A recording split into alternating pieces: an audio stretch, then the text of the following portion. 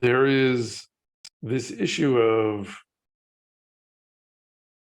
how could it be that on the one hand, Avraham did have an authentic relationship with HaKadosh Baruch Hu, and even perhaps his forebears did, some of them, right? Going back to Noach and Sheth, perhaps, and Adam, right? But at least with Avraham, we know Avraham had this proper relationship to HaKadosh Baruch Hu, and Avraham had other people who were descended from him, besides Am Yisrael. He had many nations that came from him.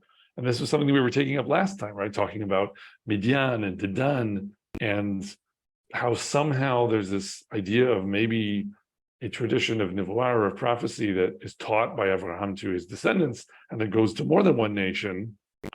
But then where does that leave us in terms of how we're supposed to relate to those other nations, right? Like, how in the construct that the Torah provides, do we see this playing out, if it's the case that presumably in the house of Avraham, Yishmael, whose name means that he hears God, is being taught something about how to be a Navi, the way that Yitzhak is also being taught by Avraham something about how to be a Navi.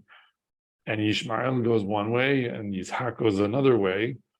And are we to presume that this has no bearing on the nation that Yishmael became? And the same question could be asked about Esav. And I mean, we see, like, even in the time of Hagar herself receives a nivuah.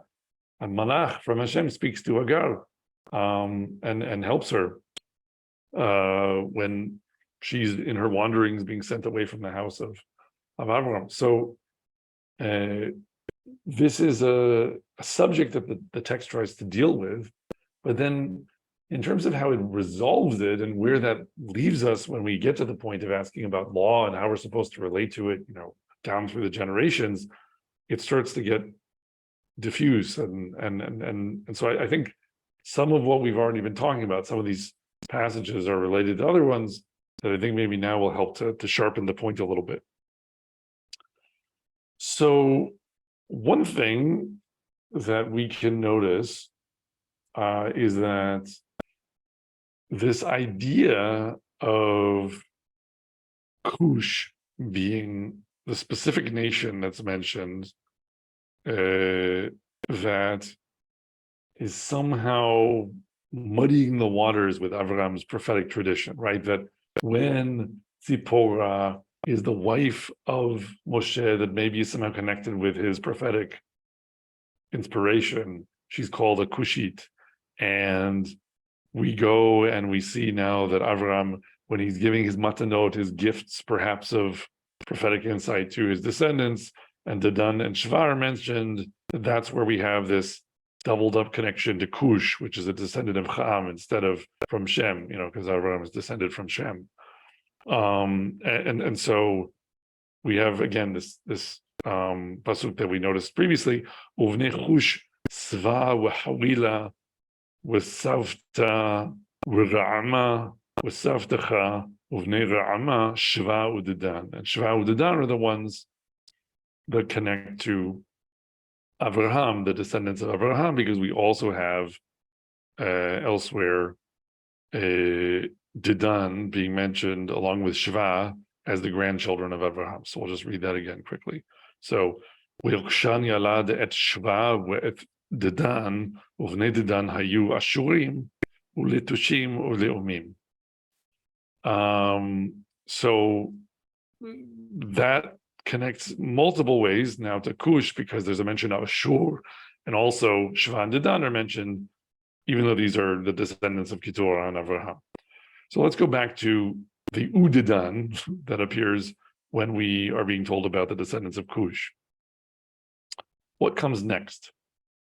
V'Cush yalad et Nimrod, hu hehel lihiyot gibor ba'aretz. הוא היה גיבור ציד לפני אדוני, על כן יאמר, כנמרוד גיבור ציד לפני אדוני. ותהי ראשית ממלכתו בבל, וערך ועקד, וכלנה בארץ שנער.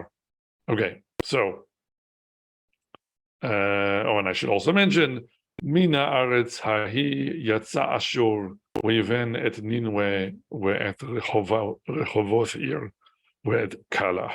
So we have a mention of Ashur, but more important, and also Bavel.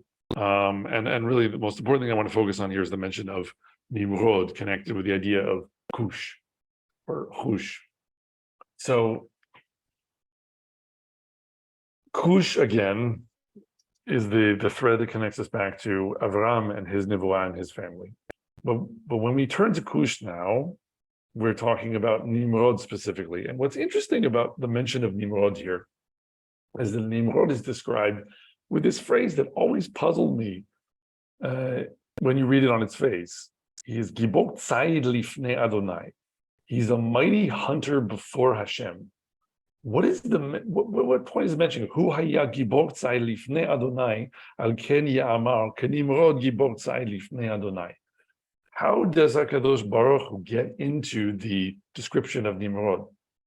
Like when you sort of, so to speak, grow up with the midrashim about how Nimrod is the enemy of Abraham, when you're told later that Amraphel Melech Shinar is the one at war with Abraham in the War of the Five Kings, and also when you're told about Abraham being thrown into a fiery oven by Nimrod, you have this feeling of, okay, Nimrod is the wicked god king of the pagan idolatrous empire, and he's the bad guy that Avraham represented this ideological rebellion against. But when you twice mention the four-letter name of Hashem in this description of who Nimrod was, and then there's no elaboration on that, what that means. What does Nimrod have to do with HaKadosh Baruch Hu? Right? That's a kind of a question we could be asking there. Another thing that's interesting is just, why is it interesting that Nimrod is a Gibor Tzayid? He's a hunter. Right? He's not just a Gibor, he's a Gibor Tzayid, a mighty hunter. And that's especially interesting now when you note who else is a hunter, right? Who else is a hunter? Esav is a hunter. So we already started the subject with, oh, well, what about the other descendants of Abraham who might have been learning the techniques of Nivuah in their household, such as, the famous, Yishmael and Esav, who were the brothers that went the other way in the time of Abraham and in the time of Yitzhak. Esav is described as a hunter, explicitly. So we can get that pasuk. ויגדלו הנערים ויהי עשיו איש יודע ציד, איש שדה ויעקב איש תם יושב אוהלים. And the boys grew, and Esau was a skillful hunter, a man of the field, and Yaakov was a quiet man living in the tents. You could give different kinds of translations of that. And it goes on. ויהב יצחק את עשיו כי ציד בפיו. Rivka ohevet et Yaakov, and Yitzhak loved Esav because of the game that was in his mouth. Not clear in whose mouth, maybe in Yitzhak's, maybe in Esav, like he's a dog bringing back the catch, so to speak. And Rivka loved Yaakov. So the hunting of Esav is an important aspect of who he is. And not only that, but in a sense, one theory of why Yitzhak might have admired the fact that Esav was a hunter is that he missed his brother, Yishmael. Because who is Yishmael? Yishmael, it doesn't use the word tzayid to talk about Yishmael, but it does talk about him as being roveh kashet, that he's one who wields a bow. And the bow is the weapon of the hunter, which is authenticated in the time of the stealing of the blessing by Yaakov, because let me see if we can find that pasuk. So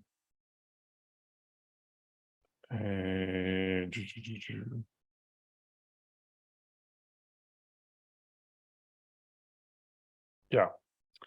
Wa'ata sana chilecha elecha wakashtecha v'tzeh hasadeh v'tzura litzai. So this is what now Yitzhak is saying to Esav, take your bow and go and catch me some game, right? So the bow is the weapon of the hunter. And elsewhere, as I said, we have this idea that Ishmael is a roveh kashet. Vayehi Elohim et hana'ar vayigdal vayeshev bamidbar vayehi roveh kashet.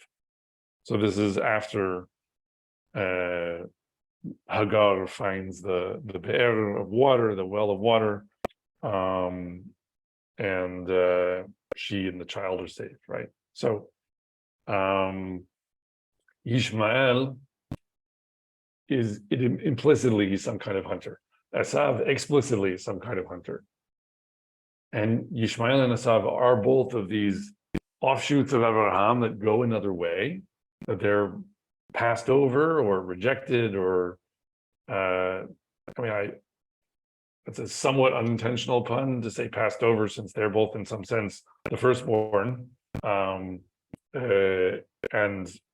they're being set aside and not part of, not allowed to be a part of Am Yisrael. And they're both hunters to some degree. And we have this idea now of Nimrod as being the ultimate hunter, the Gibor Tzai, the mighty hunter. And it's a Gibor Tzai Livnei Hashem, that somehow he's a hunter before Hashem. He has something to do with Hashem, and he's a hunter.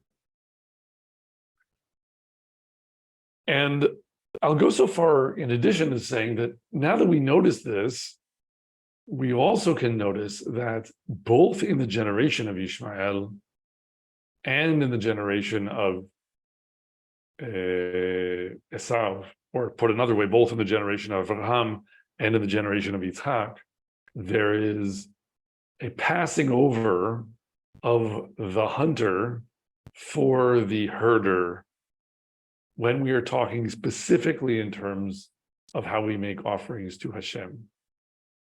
So that's what I want to now argue to you from the text, and I think it will be the explanation of this puzzle to some degree. Like we were asking the question, what is it about hunting that is somehow being connected with something that is maybe prophetic, but maybe in a somewhat not so kasher way, because this whole idea of kush and being lifnei Hashem with Nimrod suggests maybe Nimrod is some kind of Navi or whatever, and that kind of connects to the Kushiteness of Midian and the not so kasher part of the Nivuah or the prophecy of Abraham.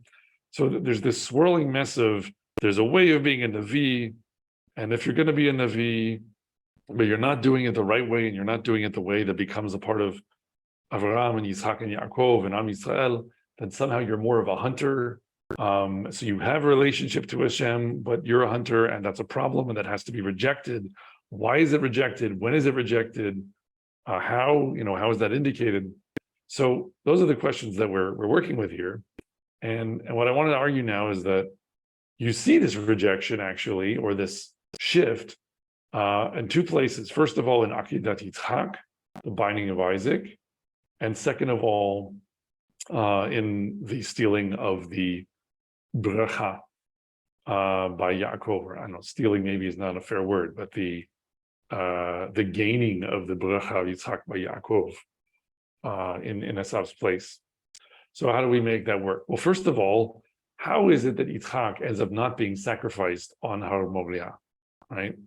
Why is he not being the one who is bound and slaughtered on the mount, as it seems that the Akedah is building up towards, as it seems that Avraham has been commanded? Well, what happens is that Avraham lifts his eyes and he sees what? An ayil, a ram, with its horns caught in the thicket, basovach, and as a result of its horns being caught in the thicket, the ram is there waiting for Avraham to take it and offer it in place of Yitzhak. So in that moment, a ram, which is Ayil, Aleph, Yud, Lamed, is being trapped by natural means, but in the manner that a hunter might trap. Like if you're a hunter who is kasher, then you can't actually use a bow and arrow to wound the animal, right? You have to use it to snare it somehow, and then you can do kosher slaughter, shchita, and then you can have your meat. Here, this ram has been caught as though it were in a trap, as though a hunter might have caught it, right? A hunter can set a trap for an animal, but it's not an ayal that is being trapped, right? An ayal would be a deer. An ayal is the archetypal animal that is hunted game. And in kashrut, that matters elsewhere. This is talked about in the Torah. Like the word ayal is mentioned in the Torah. Is like, well, what if you want to eat a hunted animal that is kasher? Then you can. So the ayal is one of them that's mentioned. The ayil and the ayal is just a vowelization difference. And it makes more sense, the idea of trapping a deer than trapping a ram. You don't have to trap a ram. A ram is part of your flock.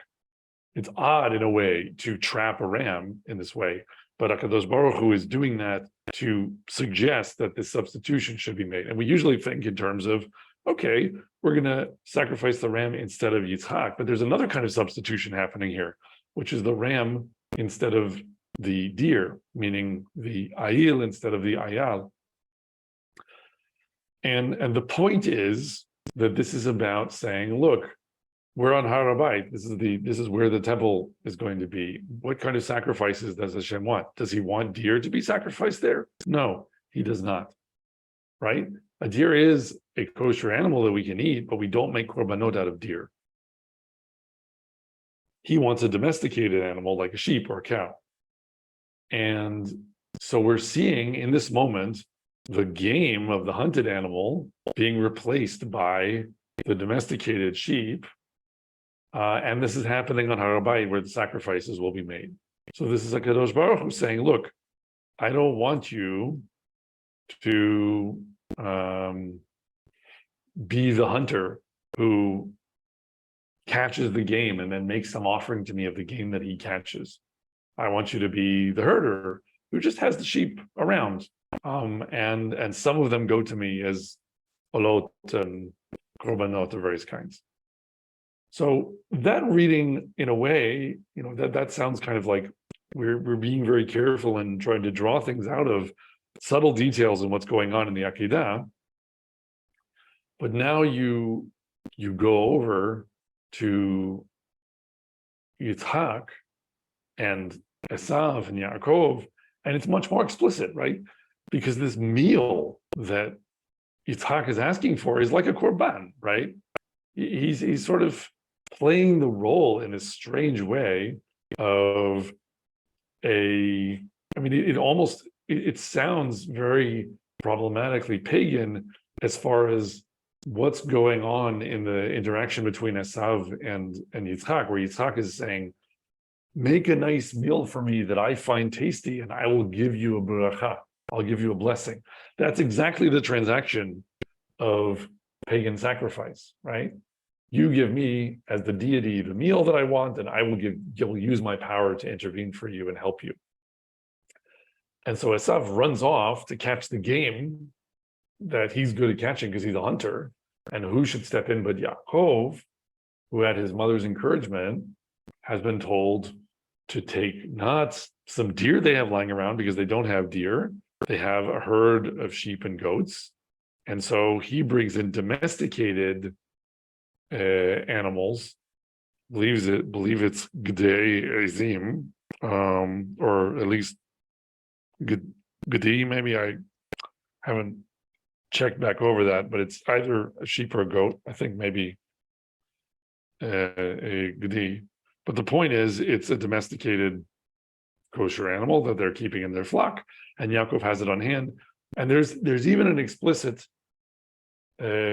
attention given to this exact point, because when Yaakov comes in and he's impersonating Esav, Yitzhak wonders how it happened so rapidly, right? He notes the difference between having to go out in the field and catch the game whenever you catch it versus having the herd on hand so that if you want to make a meal out of one of the animals, you have it there on hand and you can slaughter it and immediately prepare the meal.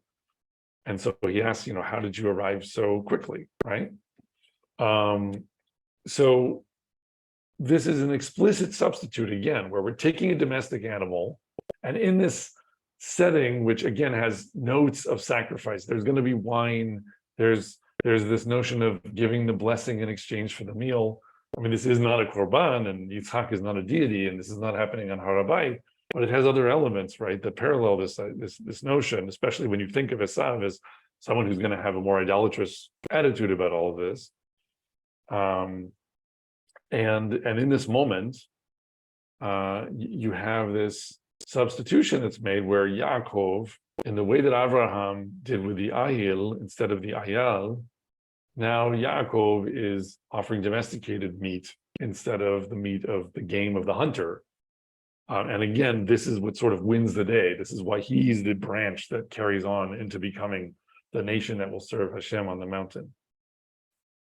So there's something here about just being a hunter is a problem, right? And you can even notice as well that there's a whole lot of parallelism between the binding of Isaac and the expulsion of Ishmael. Like really both of them are kinds of near child sacrifices, right? Because Ishmael is being sent out into the desert seemingly to die. And then, you have to explain that. That's a complicated thing in its own right. We're not going to talk about that now. And then afterwards you have Yitzhak being put on the altar, and they both each have an element of Abraham is doing these things that seem to be very dangerous for his sons. So Ishmael is involved in the Akedah. You can't separate him from that piece of the text and say he has nothing to do with it. So he's there in the background. He's the hunter that got expelled already, right? And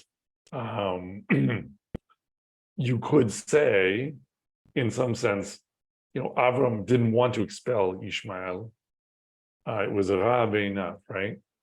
And in a sense, you could argue that the Akedah is HaKadosh Baruch Hu saying, oh, you think that if I ask you to send away your son, that you can tell me that I'm wrong, and you can drag your feet or what have you?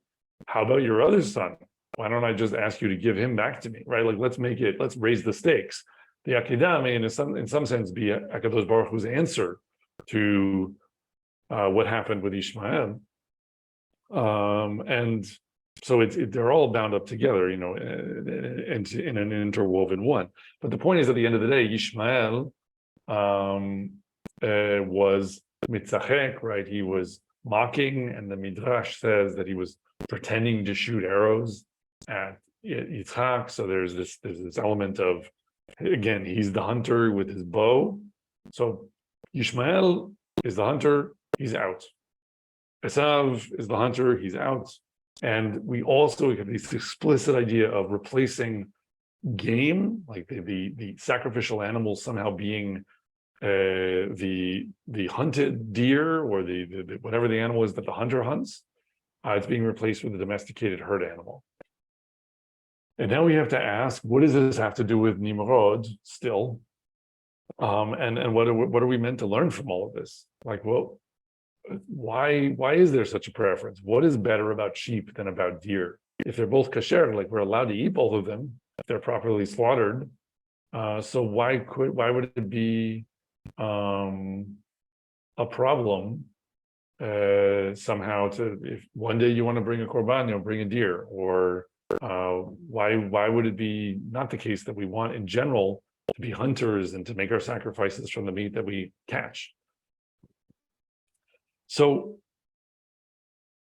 this may be a deeper subject than we can go into today, but I think to make a suggestion as a conclusion, I think the idea is that there is something fundamentally problematic about the kind of relationship to HaKadosh Baruch Hu that being a hunter ends up leading to. And you can think about this in different ways, but one aspect of it is that If you're a hunter, you don't have anything to give to Hashem until he gives it to you in a very uncertain and unpredictable way, right? Like the hunter is going out in the field and he doesn't know whether he's going to come back with nothing, right? He might come back starving. In fact, we see that with Esav, right? Esav one day comes back starving from the field because there is no game in the field.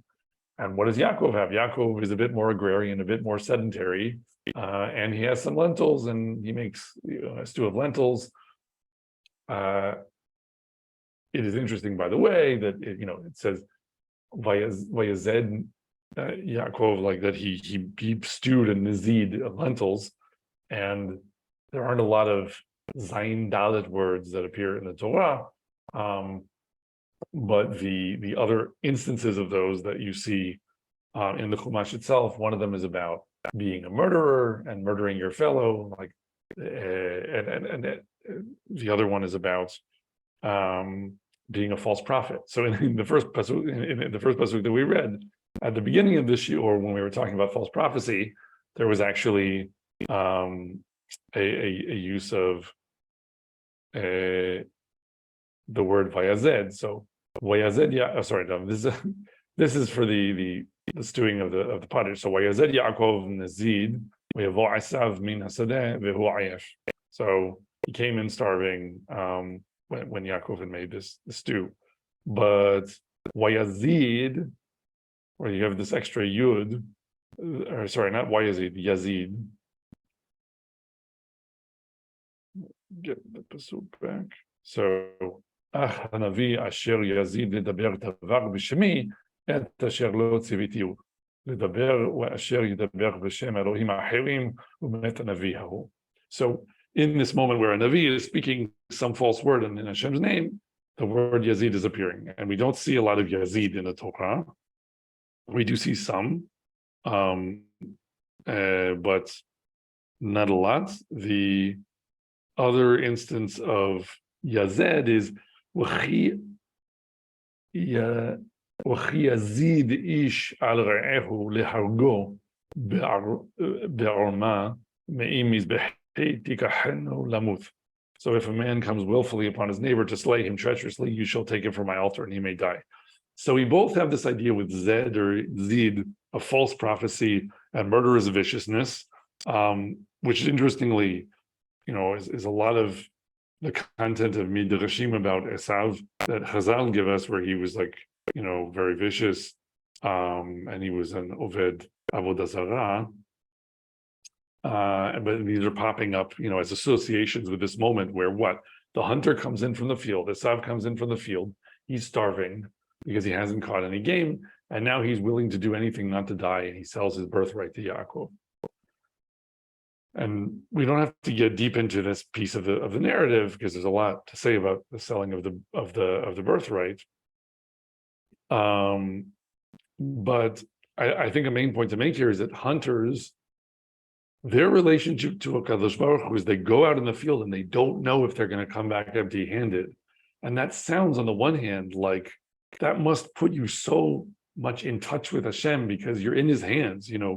Everything that happens, you're very willing to assign meaning to because you're sort of following the trail and hoping that you can piece hints and signs together and then land a big piece of game that Kadosh Baruch Hu gives you. So it's very much this this relationship to Hashem that it both seemingly would produce a lot of gratitude when you succeed, and also it would give you a great awareness somehow that there's some sort of chance of your succeeding and some chance of your failing, and it's all kind of a lottery and it's all in Hashem's hands, and you just have to trust in him and see what he shows you. So at first it sounds like, oh, that should be great. People should have a very close relationship with Hashem if they're hunters. But the problem is that there's a number of different problems that come in. One of them is the viciousness of the hunter, right? That the hunter, his whole world is about whether Hashem lets him kill something, right? Like Hashem blesses him by letting him kill. And that's this narrow channel through which he has to relate to HaKadosh Baruch Hu. So although on the one hand, there's a kind of awareness of Hashem that the hunter might have and a sense of gratitude, there's also this inseparability from violence, which is not as much the case, right? If you're a herder, yes, of course, sometimes you're going to slaughter sheep because Hashem wants it or because you want to eat a sheep, but you also can get wool and milk, and you also can eat lentils sometimes, right? You're not you're not as wedded to one way of relating to HaKadosh Baruch Hu and saying, if Hashem wants to bless me, then he's going to do it by letting me kill an animal, by letting me take a life of some kind. And you see that even in this way where technically in halakha, it is not a deoraita, it is not a Torah prohibition to cook, let's say, beef in the milk of a deer. And that's because you need, in order to do the trifecta of fully violating the mitzvah deoraita of not cooking a gdi b'chelev imo, like not cooking a kid in its mother's milk, it needs to be that you have a domesticated animal for the meat, a domesticated animal for the milk, and you need to cook them together and you need to eat it, right? Like those are, all of those things are, when you put that together, you've done the worst thing that you can do. But if, for example, you have deer meat in the milk of a sheep, then even if you cook it and eat it, it's still the case that you haven't actually supplied one of the ingredients of the Torah prohibition because you used a non-domestic animal. And so rabbinically, it's still prohibited, and it's obviously not a close call in that sense. It should be prohibited. We need fences around the Torah, but why is that difference there? Well, one of the things that it calls our attention to is this idea of the mother, right? And the relationship to the mother, which is different for a herd animal and a herder than for a hunter, right? Because when you're a hunter, you don't generally relate to the family of animals that you're taking care of. You just find an animal out in the field and you catch it and you slaughter it. Whereas if you're a herder, you have all the animals and you're breeding them and you're taking care of all of them, and the sheep, the kid, and the mother more often. There's something where the herder is aware of the animals as a family, as having relationships, and can be sensitive to these signs that remind us of our own relationships and that cultivate in us a capacity for chesed, for kindness, a capacity for mercy. And you see this even in like Shaluach Haken, this other mitzvah that sounds very much like an anti-hunter mitzvah, where it says like, oh, you're a hunter out in the field, you're a sav, maybe you're starving, you can't take the bird and the eggs, right? You have to shoo the bird away before you can take the eggs. You can't just kind of grab it all up and not be sensitive to the relationship that's there between the eggs and the mother. So part of the issue with hunters is this problem with their, let's say, what their attitude is going to be about mothers and children, and their lack of that kind of sensitivity. And you get that again in Parshat Vayishlach, when Esav is coming and Yaakov is scared, and then Esav comes to meet them. There's this discussion of Esav saying, oh, won't you travel with me? And Yaakov is pleading and saying, no, I have to move slowly out of sensitivity to the children, right? Like we can't actually go that fast. And Esav is just saying, oh yeah, well, why don't we go fast? Like he's not in tune with the needs of the family. And before that, when he's riding in, there's this fear, Yaakov in his tefillah is talking about being slaughtered al habanim, right? All the mother and with her children. And that's the same phrase that's used in Shaluach Haken. That's a particular item that I first heard noted by Rabbi David Foreman, which is a very interesting connection there. So you have this whole package of like, part of the problem with Esav is a lack of chesed, a lack of rachamim, a lack of all of these things that are cultivated in a nation because they are going to be more domestic and therefore more sensitive to family relationships than the hunter. So that's one aspect. But I think also there's another aspect that is maybe the most subtle, which is that if we're talking about why you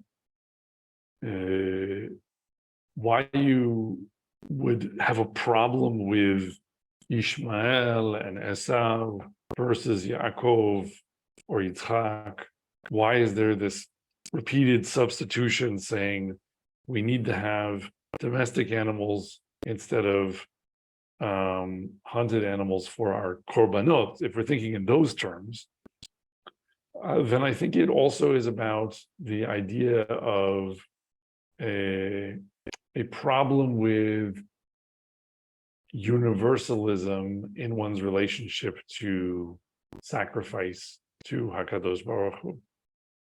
So what do I mean by that? If you think about how the Mikdash is actually supposed to work, there's a particular place, which is where Avraham does this first substitution on Har Moriah. And there needs to be a place where a whole kind of agricultural and also livestock based physical plant exists to supply the Mikdash with what it needs, because there are all these mitzvot and commandments of how you do this in this one place, and there's specific agricultural products that need, specific livestock that are needed, and all of that has to be functioning properly.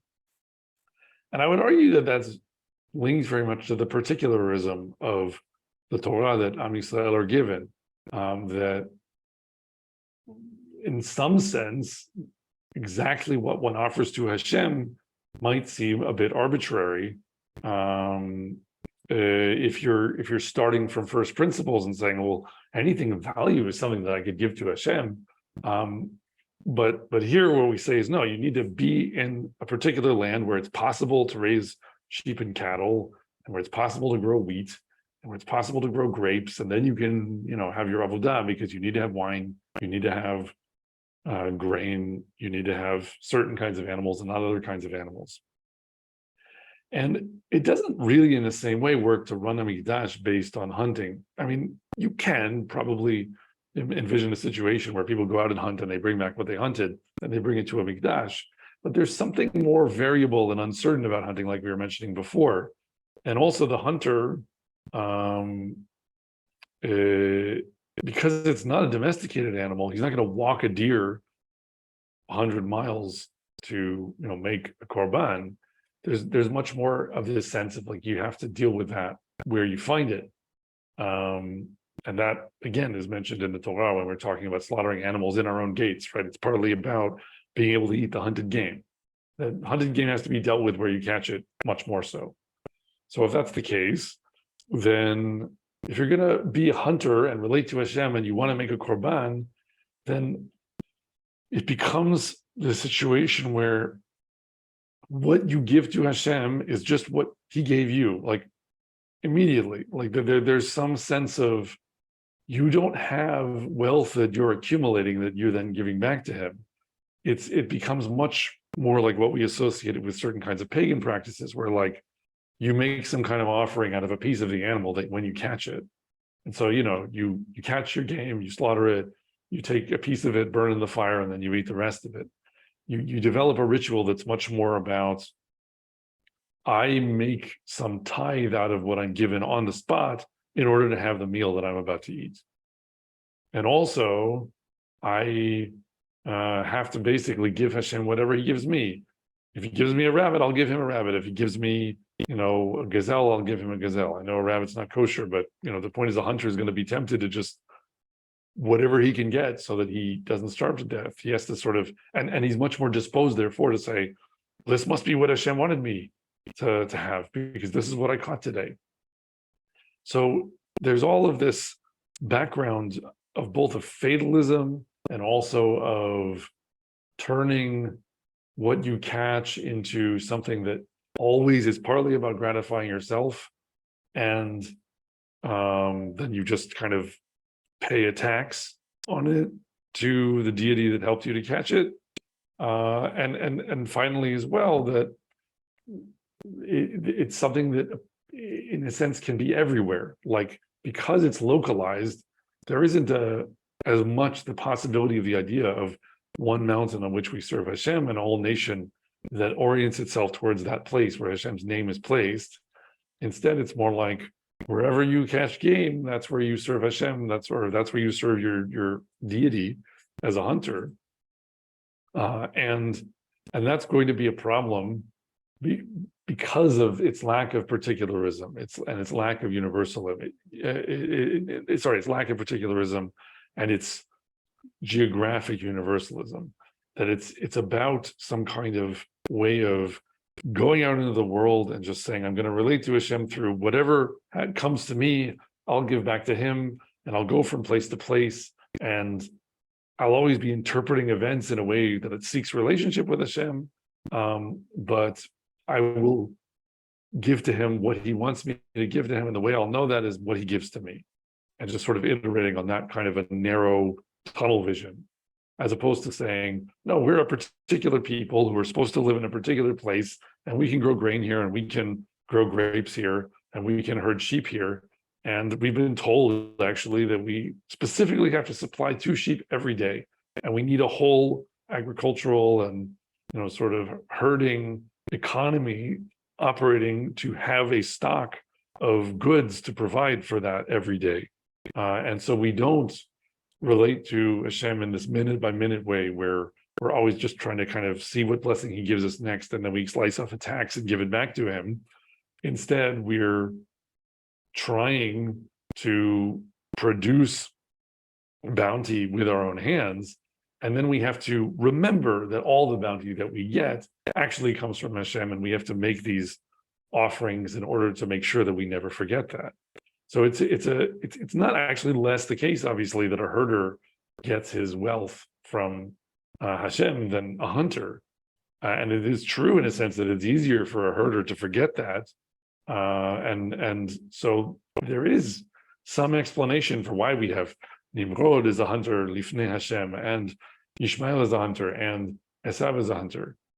But ultimately, the same way that Nimrod, who is Melech Shinar, right? He's the king of Shinar and Bavel. So he's connected immediately with this idea of Migdal Bavel, right? The one language, the Safa Achat Udvarim Achadim, the notion of ideological universalism, that the idea that we all can have one language and one way of talking about the world, and it can take us all the way to Shemaim. Nimrod may actually represent, to some degree, a kind of attempt at relationship with HaKadosh Baruch Hu, an attempt at monotheism that has theological grounding, right? It may be an attempt at monotheism that, when you just talk in terms of who created the world, it sounds correct. But then, since it has no Torah, since it has no particularism, since it has no special role for a Mamlechet Kohanim living in a particular land where they can bring particular fruits and particular livestock that they can raise there to a particular place and serve Hashem there, and then be a beacon for the rest of the world. When it lacks that, it becomes instead this narrow hunter's relationship with HaKadosh Baruch Hu that may be universal, and maybe that it can see every place in the world as the same. Like, it's possible to have the same relationship to the world's creator in every place in the world, and that sounds like a seemingly logical or good thing. But what it's associated with in our narratives is with the viciousness of the hunter, with the lack of capacity for chesed and rachamim, because those aren't properly cultivated when you don't have a richer structure that tells you about who HaKadosh Baruch Hu is and defines your relationship with him. And it ultimately all rolls together with all these other passages that we've now talked about in the Torah that have to do with the idea of false prophecy, people putting words in Hashem's mouth that he didn't say.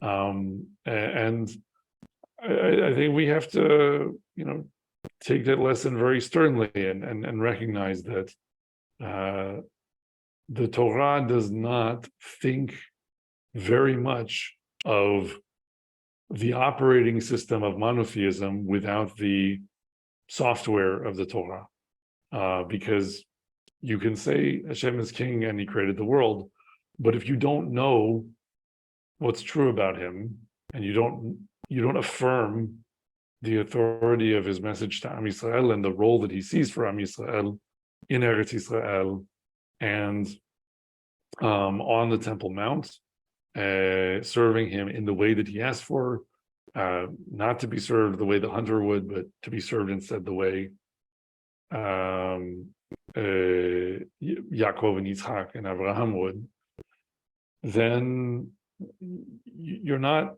on a path that's headed to a productive place. We would like to encourage our viewers to share these videos with friends and send in your responses. If you would like to obtain Birkon Nusach Eretz Yisrael or invite the rabbi for a speaking engagement, please email us at office@machonshilo.org.